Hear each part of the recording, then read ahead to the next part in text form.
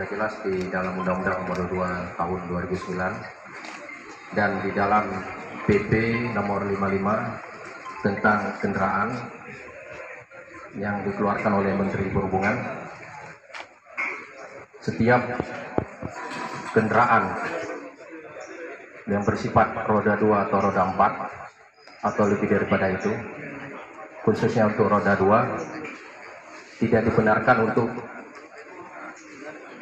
mengemudi ataupun melengkapi kendaraan yang tidak sesuai dengan aturan atau speknya, yaitu tertera di dalam Undang-Undang Nomor 2 2009 dan Nomor PP Nomor 55 2000 tahun 2012. Tidak dibenarkan untuk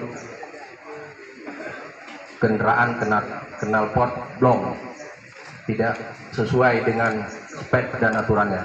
Dari hal ini kita dari Dinas Perhubungan bekerja sama juga dengan Polres siap untuk menindak setiap kendaraan roda 2 yang memakai knalpot blong yang tidak sesuai dengan speknya. Kita mendukung dalam hal yang cukup baik ini yang bersifat mengganggu ketertiban umum ataupun masyarakat,